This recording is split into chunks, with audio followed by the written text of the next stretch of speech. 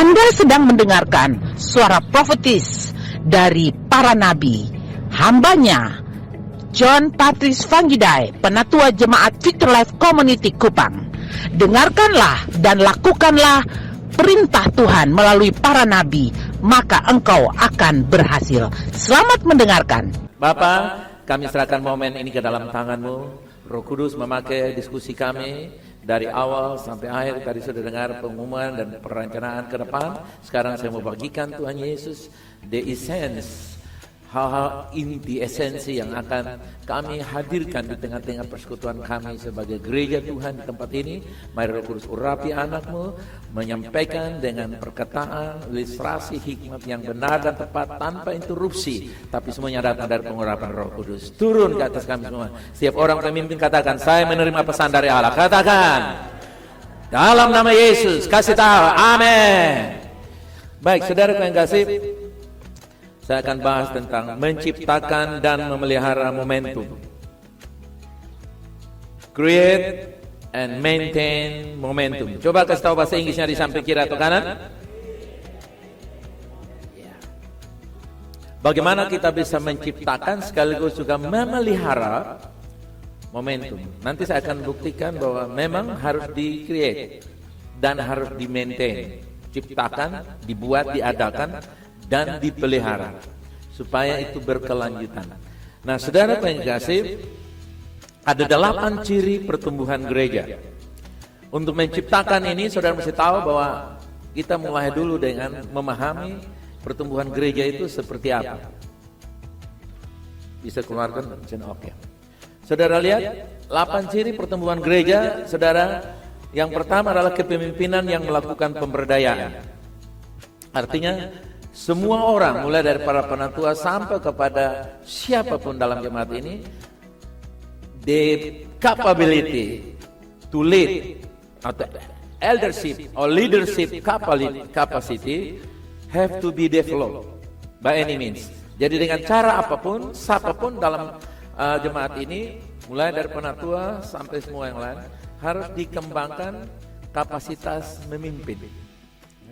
Setiap orang itu punya potensi memimpin. Contoh, Anda tidak akan pernah tunggu orang lain suruh Anda makan. Anda pasti punya kemampuan untuk memimpin diri sendiri untuk makan.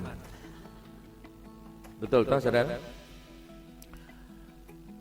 Nanti bantar saya akan kasih tahu. Jadi persyaratannya di jemaat ini ada. Bilang kiri kanan, kasih tahu saya untuk memimpin kamu. Kasih tahu. Kasih tahu. Ingatkan saya untuk memimpin kamu. Kasih tahu. Kenapa? Karena kita saling memimpin. Kita tidak bisa, kalau satu orang saja yang memimpin, tidak bisa. Walaupun secara struktur ada penanggung jawab, tapi kita mesti saling memimpin agar kita bisa berjalan. Memimpin itu artinya menjalankan kapasitas, bukan tunjuk-tunjuk. Kita punya pemimpin itu artinya, lu atas dan beta. No. Memimpin itu artinya masing-masing orang mengeluarkan kapasitasnya. Saudara, kalau kaca spion itu tidak ada di motor pun bisa jadi masalah. Betul kan, saudara? Itu bisa jadi masalah, bisa timbul kecelakaan yang berat. Tapi dengan adanya kaca spion itu menolong kita. Artinya, ban jangan pernah bilang, weh beta main karena panas terus lu enak tuh orang lihat. Iya. Justru dia lihat supaya ban jangan apa-apa masuk di lubang kan? Betul kan? Jadi ban harus mengucap syukur. Hey spion, thank you. You always keep me safety. Spion, terima kasih karena kamu selalu bilang kepada saya jalan lurus karena kamu melindungi saya. Maaf ya dulu becuriga kamu. Cari muka, tapi memang betul-betul kamu harus ada mukanya cermin. Saudara lihat, seperti itu. Jadi kita mesti memberi diri untuk saling memimpin. Artinya menggunakan dan mengembangkan kapasitas. Yang kedua, saudara yang kasih, yaitu pelayanan yang berbasis pada karunia. Saudara lihat di sini, mulai dari para penatua semuanya dengan karunia potensinya masing-masing. Saudara tidak bisa paksa saya jadi seperti Kak John Dede, atau saudara paksa Messi jadi seperti saya, atau John Dede seperti saya. Tidak bisa. Elvi seperti saya dan semua yang bagian yang lain. Semua orang bergerak dari semua pemberdayaan, pelayanan yang berorientasi pada karunia, talenta dan panggilan. Ya, saya tidak bisa detail-detail, tapi saya bisa melihat jauh ke depan. Tapi detail-detail nanti yang lain bisa. Bu Mercy, itu detail-detail boleh. Sampai kesalahan pun dia tahu, saudara kekasih, ya. Spesialis, ya, dalam menemukan kesalahan dan kekurangan. Karena memang mata Nabi kan suka begitu. Nabi itu di mana-mana. Kita lihat John Deddy Rebetsus periksa Bapak, Messi bilang, kok ini? Aduh, minta maaf kakak. Karena memang begitu. Itu kapasitas. Saudara nggak bisa bilang, ini orang kayak apa? Memang begitu. Ya, demikian. Nanti, oke, semua turun kepada yang lain bahwa saudara bersyukur. Bayangkan kalau semua mata habis, jadinya apa? Mata-mata. Kalau telinga habis, jadinya apa? Telinga-telinga apa? Gosip-gosip. Nah. Oke. Saudara bisa tangkap. Jadi kita sudah memulai persyaratan yang kedua. Yang ketiga apa, saudara? Saya percaya sesuatu tidak istimewa yang terjadi di Asbury baru Tuhan lakukan. Kenapa? Itu terjadi karena orang terbiasa melakukan ibadah. Itu mereka mahasiswa yang biasa dapat tugas beribadah. Dan mereka jalankan ibadah. Artinya, saudara kekasih, untuk mengalami pergerakan yang Tuhan mau dalam kita, harus ada orang yang rela menjalankan. Dan saya percaya, kalau Asbury Tuhan lawat, saya percaya di sini Tuhan bisa lawat. Amin. Sekarang roh yang sama, saudara lihat, kita tidak bisa bilang, oh kita mau Asbury, saudara tinggal buka aja linknya. Tadi itu kita buka salah, itu ada orang yang ambil dari mereka manfaatkan dari India. Saya buka tadi +91 itu India punya. Artinya mereka coba manfaatkan ini untuk kepentingan. Makanya dia kasih keluar WA-nya, WA. Kepentingan apa saya kurang tahu. Tapi dicek itu bukan asli dari Asbury. Mereka ambil dari India, saudara kekasih. Mungkin saya kurang tahu. Makanya sudah lihat tadi WA keluar kan? Ada lihat tadi kan? Ada kan tadi kan? Nah itu dari India +91 itu India. Tapi sudah lihat yang aslinya adalah bahwa mereka hanya datang saja. Makanya saya mendengar kemarin tidak ada yang istimewa. Saudara, Tuhan pakai orang biasa yang mau. Nggak ada yang istimewa. Mereka mahasiswa biasa. Mereka hanya datang lakukan, sudah dijadwalkan dari bagian administrasi, datang sembahyang. Lalu ketika jadi saudara, kalau kita setia dengan Kronos, Kairos pasti akan datang. Dan kalau Kairos itu datang, saudara kekasih, itu akan terjadi sesuatu yang luar biasa. Dan saudara bisa lihat perjalanan detik itu, jam akan bangga kalau ada detik yang berjalan. Kalau jam itu bisa bicara, dia minta terima kasih karena detik-detik itu menunjang kapasitas dia untuk menunjukkan jam yang benar. Nah saudara yang mari, makanya saya bilang, ayo teman-teman, jemaat Tuhan, 24 jam terbuka di sini, datang, connect, saudara yang kasih. Saya lagi running saudara kasih. Mungkin kita akan atur sehingga kita buka jam 6 sampai jam 10 malam. Kita bagi tugas para penentuan 1 jam berapa. Dan jemaah tinggal datang. Kita kan standby ada di sini. Kita nggak mau kemana-mana. Tinggal saudara datang 15 menit datang. Saudara, revival itu ada di dalam. Katakan, kebenarannya ada di hati saya. Kenapa? Tuhan tidak bisa menyembah dirinya sendiri. Saudara baca Alkitab. Makanya Yohanes 4. God seeking the worshippers. Tuhan mencari penyembah-penyembah. Dan saya yakin di depan saya ini adalah penyembah-penyembah Tuhan yang luar biasa. Saudara, mereka datang menyembah Tuhan. Itu revival. Revival itu adalah kesadaran orang untuk mencari Tuhan. Dan saudara lihat, untuk mendapatkan ini, kan tinggal. Saudara datang. Makanya saya dapat hikmat kasih 15 menit aja. Sudah 15. Bayangkan saudara kalau kita 300-400 orang, 15 menit ganti saudara. Saya yakin viral. Kenapa? Saudara, kemarin saya buka dengan Marcel. Mereka di Uganda, dan saudara buka di Uganda. Mereka buka live, lalu mereka ikut. Saudara tahu orang mati bangkit di Uganda. Buka aja. Saya ada Marcel mana? Marcel ada. Betul ya, maksud kita lihat mereka bersaksi. Padahal mereka hanya dapat dari Uganda, dapat dari Asbury dapat. Mereka, pertemuan mereka tuh pakai tenda-tenda kain-kain merah hijau yang sangat-sangat sederhana sekali. Tapi hati mereka terbakar. Saya percaya Tuhan bisa melawat kita. Amin. Saudara mari, roh yang bisa keluarkan itu. Jadi antusias artinya kita menjalankan. rindu, bicara soal doa, bicara soal pelayanan, bicara soal kita punya antusias. Dan antusias, saudara tidak bisa mengharapkan orang lain. Antusias itu dari dalam keluar. Antusias berasal dari mana? Dari dalam keluar. Saudara tidak bisa, lu nih bikin beta pemalas. No. Dia mau bikin ulah bagaimana kalau saudara antusias pasti. Karena antusias itu spirit yang ada dari dalam. Nah, kemudian yang keempat, saudara yang kasih, struktur pelayanan yang tepat guna. Saudara lihat tadi, diatur semuanya. Kita memenuhi persyaratan sekali. Amin, saudara. Kita semua. Bilang kiri kanan, kita semuanya berfungsi tepat guna. Kasih tahu. Yes, saudara lihat, semua orang lakukan bagian pelayanan. Semua orang lakukan bagian pelayanan. Tidak ada yang bilang dulu datang, kecuali yang tidak mau. Kemarin saya kirim pamflet tentang Sudip, ada yang bilang karena saya Japri, kakak beta juga boleh ikut Sudip, ini boleh ikut asal kamu pelayanan. Wah, beta belum ada pelayanan. Ya udah kamu datang di gereja ketemu kajian dede. Sudah, saya minta pelayanan. Sudah, beta di bagian hospitality. Mulai minggu depan. Oh, begitu. Jadi saudara yang kasih, saya memperlakukan Anda sebagai pelayan-pelayan. Amin. Kita tidak memperlakukan Anda sebagai Tuhan besar. Kita memperlakukan Anda sebagai pelayan-pelayan karena kita adalah pelayan Tuhan. Amin. Yang datang dulu dengar diam, itulah Tuhan-Tuhan. Kita tidak seperti itu, kita datang untuk melayani. Struktur pelayanan tertentu. Saudara lihat semuanya berfungsi berguna. Saudara bangga, saudara mengucap syukur. Di sini apa yang kurang? Saudara coba kasih tahu saya, kurang apa?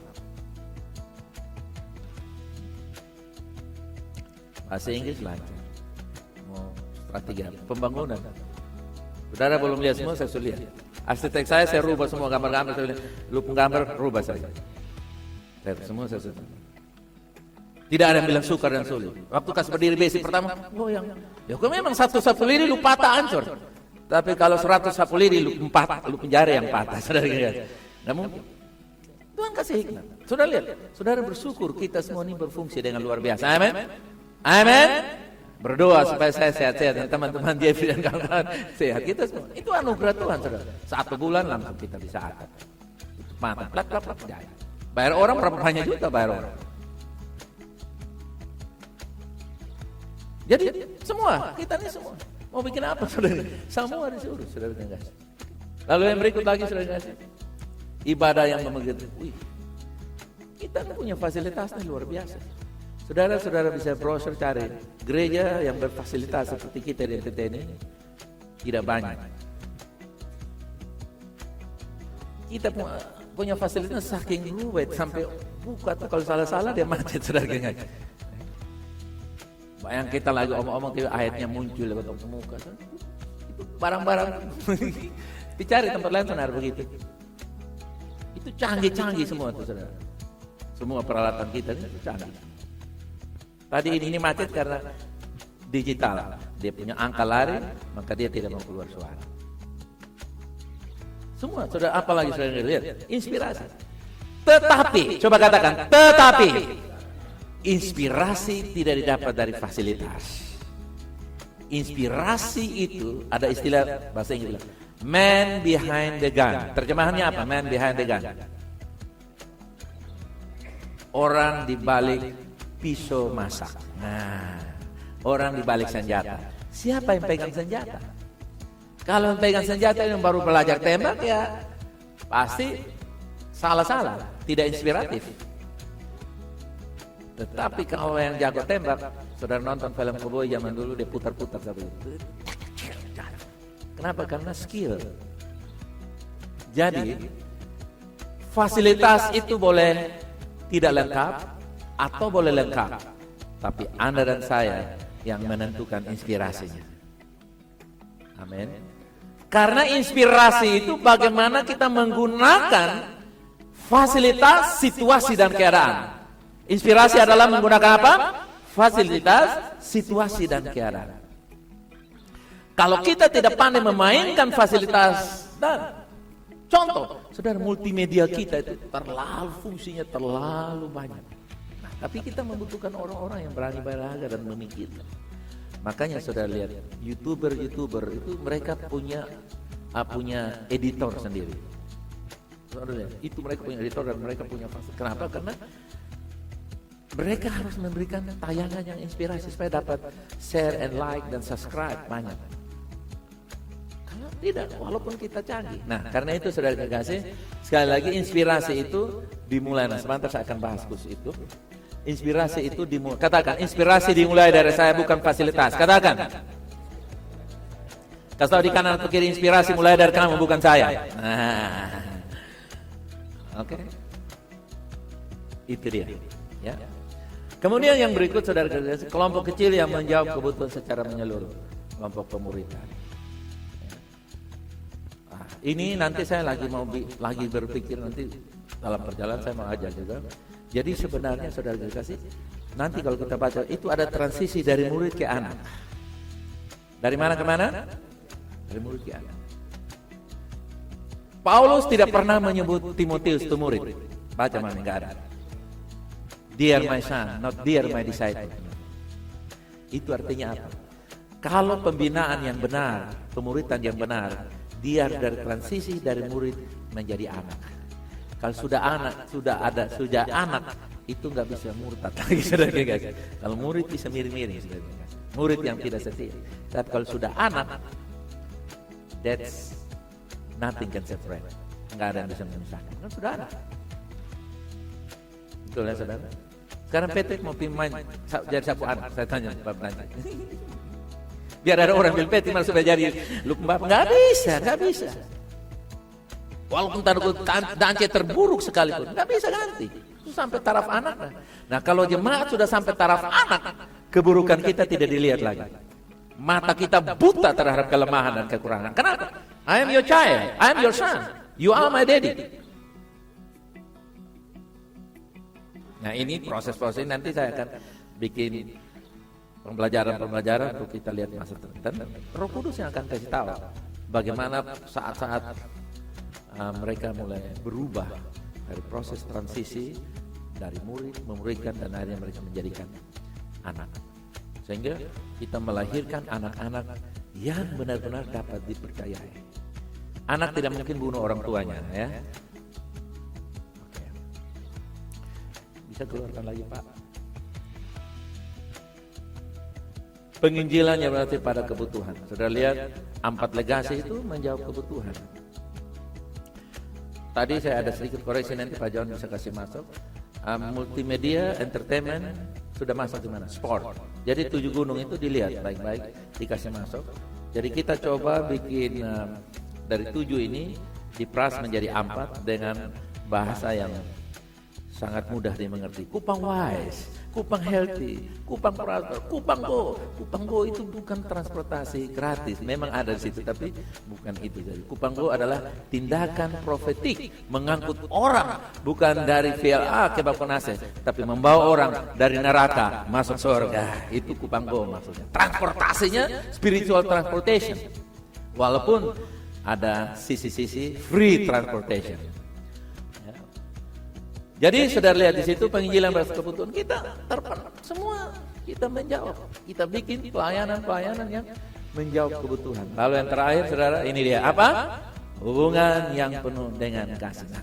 2 yang inspirasi dan kasih itu erat. Bagaimana 8 ini saudara kasih gereja kita sudah ada. Semua. Kemarin saya mengajar di Diklat. Calon pendeta pembantu, pendeta Madya dan pendeta Madya dan apa tadi Pak John? Pratama dan Madya. Pratama itu pendeta pembantu, tapi mereka sudah bikin kata yang keren, pendeta Pratama, ya.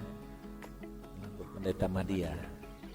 Wah, saya kasih tahu kepada mereka hal yang saya bisa bagikan kepada mereka dan saya bilang kepada mereka bahwa 8 poin itu betul.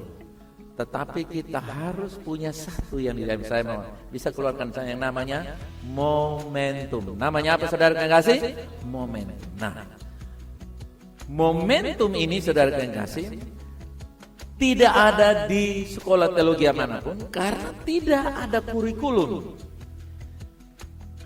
Momentum itu terjadi pada keadaan presence time.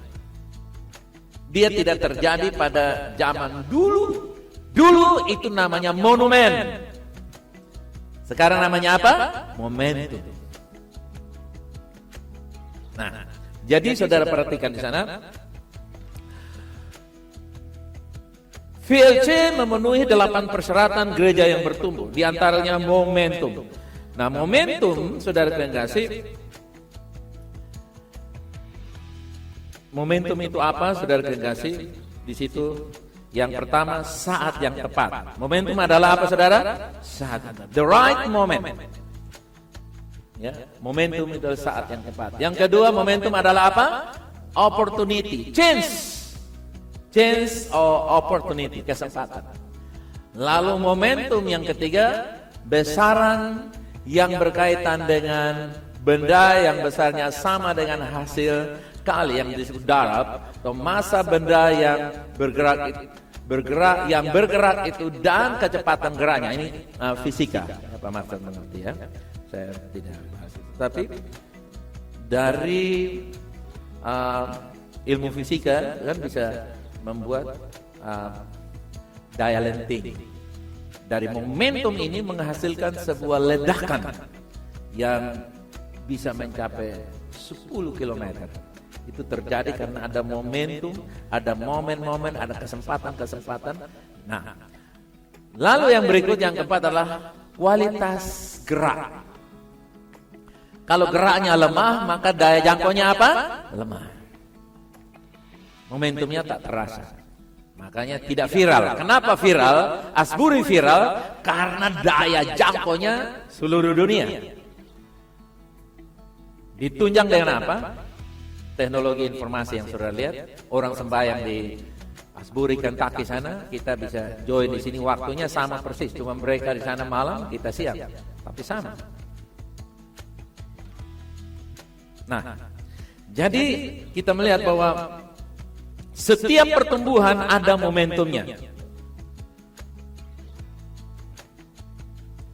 Kita lihat ada 3 fase pertumbuhan, yaitu saudara melahirkan. Melahirkan itu ada sukacitanya. Betul ya Pak Dance? Sukacita waktu anak kita terlahir, Pak Dance, Anda tidak bisa bawa itu pada sukacita dia di wisuda. Pas dia wisuda kamu gendong-gendong berkasih doa. Gak cocok. Dia sudah pemuda kamu kasih doa. Apalagi kalau ceweknya ada di situ, ini hari dia bersumpah saudara untuk tidak akan terima itu doa. Betul kan? Jadi momentum kebahagiaan sukacita itu ada momennya. Gak bisa dibawa momentum kelahiran kepada momentum dia diutus menjadi seorang sarjana, seorang pemimpin. Lalu yang kedua, momentum membesarkan. Wow, membesarkan anak itu luar biasa, bukan?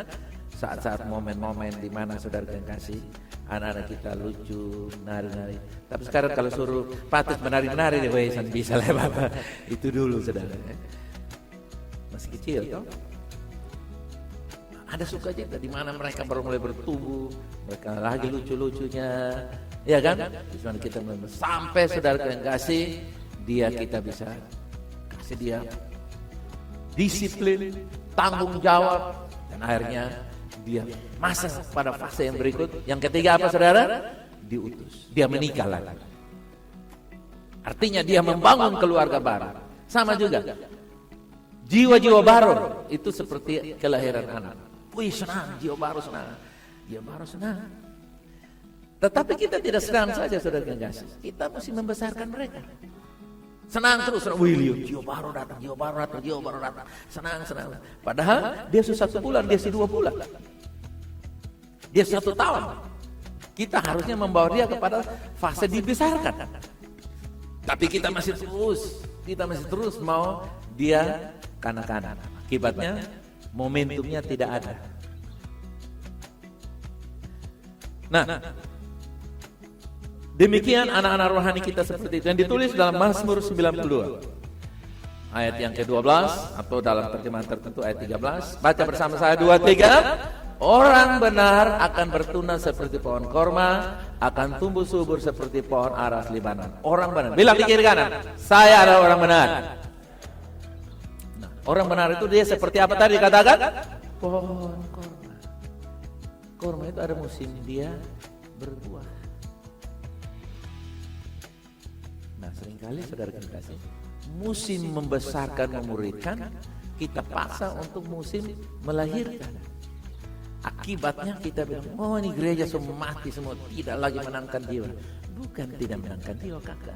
Kita ini harus proses membesarkan dan saat dewasa untuk diutus pergi. Mungkin kita yang lalai tidak mengutus. Artinya tidak ada keluarga-keluarga baru yang bisa melahirkan anak. Artinya secara rohani ada orang-orang yang sudah dilahirkan kembali, dia dilengkapi dalam SPK, pemuritan, pembapaan dan sebagainya, lalu dia berdiri untuk dia siap pergi menangkan. Saudara bayang gak sih? Saudara dan terkecoh dengan begini, wih, dia ini baru bertobat, berapi-api menangkan jiwa. Betul saudara, tapi kalau dia tidak dibimbing, tidak dimuridkan, tidak dibapai saudara, tidak digembalakan, itu spirit akan hilang. Kenapa? Karena tidak selamanya orang baik. Betul saudara? Dia mesti bertumbuh. Dan harus, momentum itu harus terus. Jangan sampai kita perlakukan satu momen terus, momen melahirkan anak terus, tidak pernah mendewasakan, tetap mati juga anak-anak itu. Jadi kita lihat di sini, kita seperti tanam-tanaman. Ada masanya kita merawat tanaman itu, bukan? Membersihkan, kasih pupuk, kasih semangat, kasih inspirasi, kasih dorongan, bilang pada tanaman itu, kamu bukan pohon liar, kamu pohon korma, kamu ditanam dalam rumah Tuhan. Haleluya, amen. Sehingga tanaman itu sadar. Nah, kalau pohon itu saja bisa diperlakukan, manusia saudara yang kasih akan lebih ruwet. Kalau besan mau jadi pohon korma, memiliki. Nah, itu kan repot. Bayangkan, kamu ada pohon korma, beta pohon pisang sah. Kan? Ini manusia, saudara, mengelola, memanage manusia tidak mudah, tidak gampang. Karena itu, saudara yang kasih lihat di sini, setiap tanaman ada musimnya. Orang benar seperti apa tadi katakan? Lalu perhatikan ada tiga tahap fase pertumbuhan tadi. Masih ingat tidak tadi apa, saudara? Masih ingat tadi apa? Melahirkan, membesarkan, mendewasakan, dan mengutus. Kita mesti ingat ya, tiga-tiga ini. Coba kasih tahu tiga fase di sebelah kanan saudara. Kasih tahu. Nah, ini semua pertumbuhan diperlukan momentum. Kesempatan momen di mana dia melahirkan, momen di mana dia didewasakan, dibesarkan, momen di mana dia siap untuk diutus, memimpin konsel, memimpin sebuah pelayanan. Makanya saudara lihat, waktu kita lagi cari-cari siapa yang bisa memimpin dewasa muda nih? Apa? Istilahnya apa? Proyek. Ibu Messi bilang, Novi. Oh betul. Kita langkah telepon Novi bilang siap Bapak, terberkati dan kehormatan. Lihat. Kenapa? Karena kita bisa melihat. Amin saudara. Amin. Para Tuhan melihat. Dan lain-lain. Mulai dapat, dia dibesarkan, diproses, mulai memimpin. Nanti saudara dia akan lakukan lagi, transisi lagi dari usia yang menikah 40 tahun atau usia 40 tahun jauh. Maksudnya pernikahan. Oh bukan. Usia 40 tahun. Sudah menikah atau belum? Pokoknya 40 tahun ke bawah gabung di sini. Ada yang bilang Oma bilang baby masa pagi. Ya terserah Oma, kalau mau jadi muda datanglah sudah. Dan Oma mau jadi muda makanya datang jam 7 pagi. Hari yang datang jam 9 juga tetap muda, jangan tersinggung. Nah, jadi saudara lihat di sini, tahapan ini semuanya diperlukan momentum.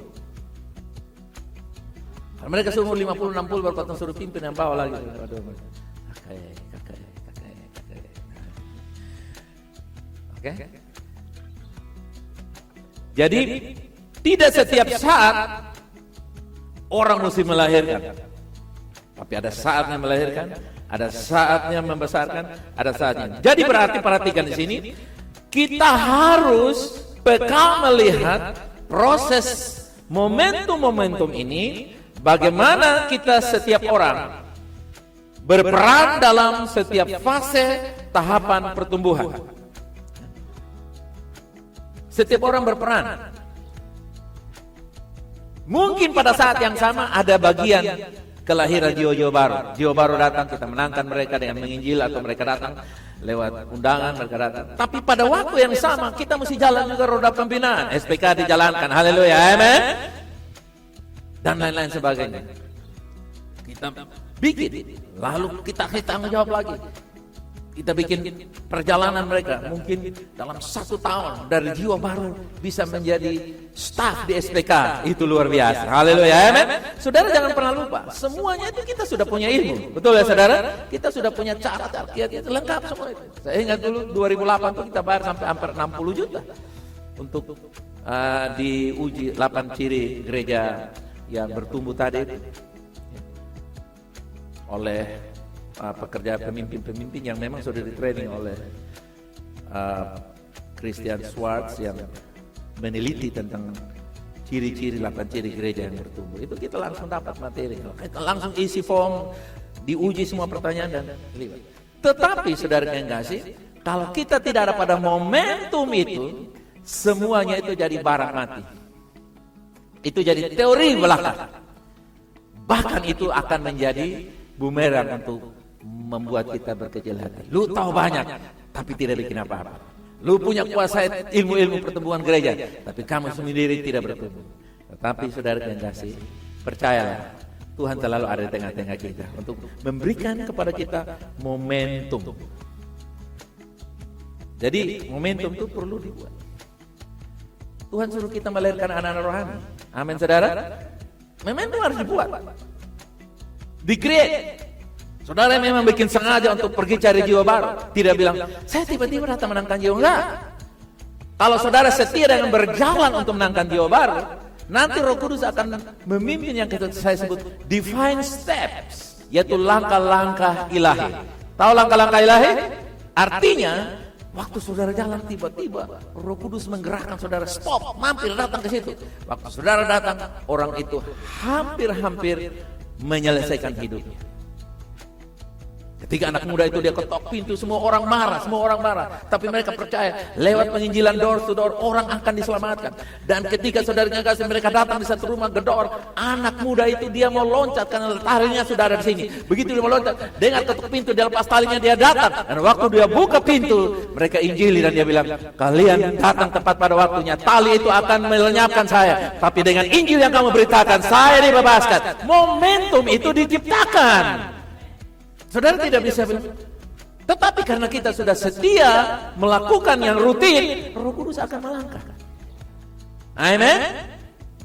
Satu hari, Ime sejalan dengan saya, lewat satu bekas atau mantan pejabat gubernur di NTT punya rumah. Ime stop. Saya tunggu di hotel itu. Waktu Ime turun ke sana, pernah kalau dia kan ngomong. Jadi lawatan Tuhan yang luar biasa. Mereka bukan orang Protestan. Sampai sekarang Ime muridkan dia hanya satu saja, belum baptis. Itu setiap saat begitu. Waktu saya share di grup, Pak Gilbert angkat tangan jawab, mantap bro. Itu tidak diciptakan. Itu terjadi karena supernatural. Tetapi kalau natural, kaki tidak pernah melangkah, bagaimana terjadi supernatural? Natural terus saudara genggam. Nah, jadi saudara lihat di sini, setiap bilang kiri kanan, saya berperan untuk momentum itu terjadi. Saudara mesti pikir, apakah saya saatnya menolong orang melahirkan atau memenangkan jiwa? Apakah saya memuridkan orang, membimbing orang? Apakah saya siap untuk bersama memenangkan, untuk didewasakan, untuk menjangkau orang lain? Itu semua ada dalam. Nah, momentum ini terus dia akan jalan. Yang namanya dinamika. Namanya apa saudara?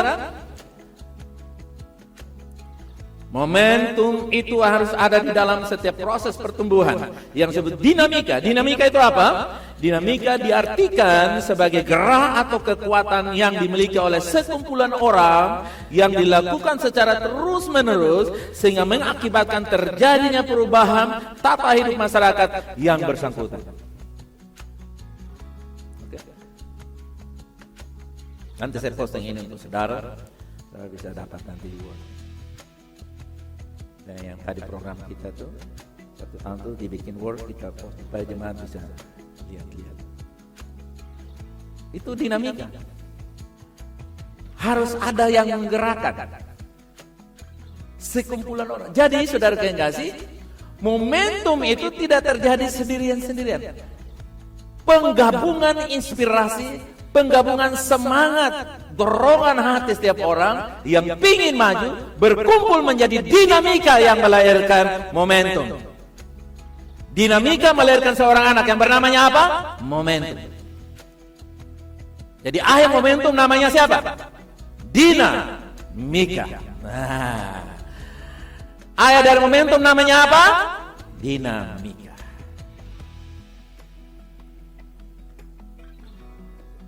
Sekumpul orang, kita yang bergerak. Nah, ini yang saya ceritakan kepada pendeta-pendeta. Mungkin mereka banyak, mereka ada yang bilang saya kurang mengerti ya, kalau waktunya singkat. Tapi saya pikir saya mesti kasih tahu mereka. Tapi kadang-kadang kita pulang seminar, datang dengan catatan yang hebat, bawa slide, begini. Padahal itu hanya monumen yang kita bawa, patung yang kita bawa. Seperti salib, kayu kering. Tapi sebenarnya bukan ini. Ya kan? Tapi ini menolong kita paling tidak untuk kita punya aspirasi berpikir untuk berkembang, untuk mengalami salib yang sesungguhnya.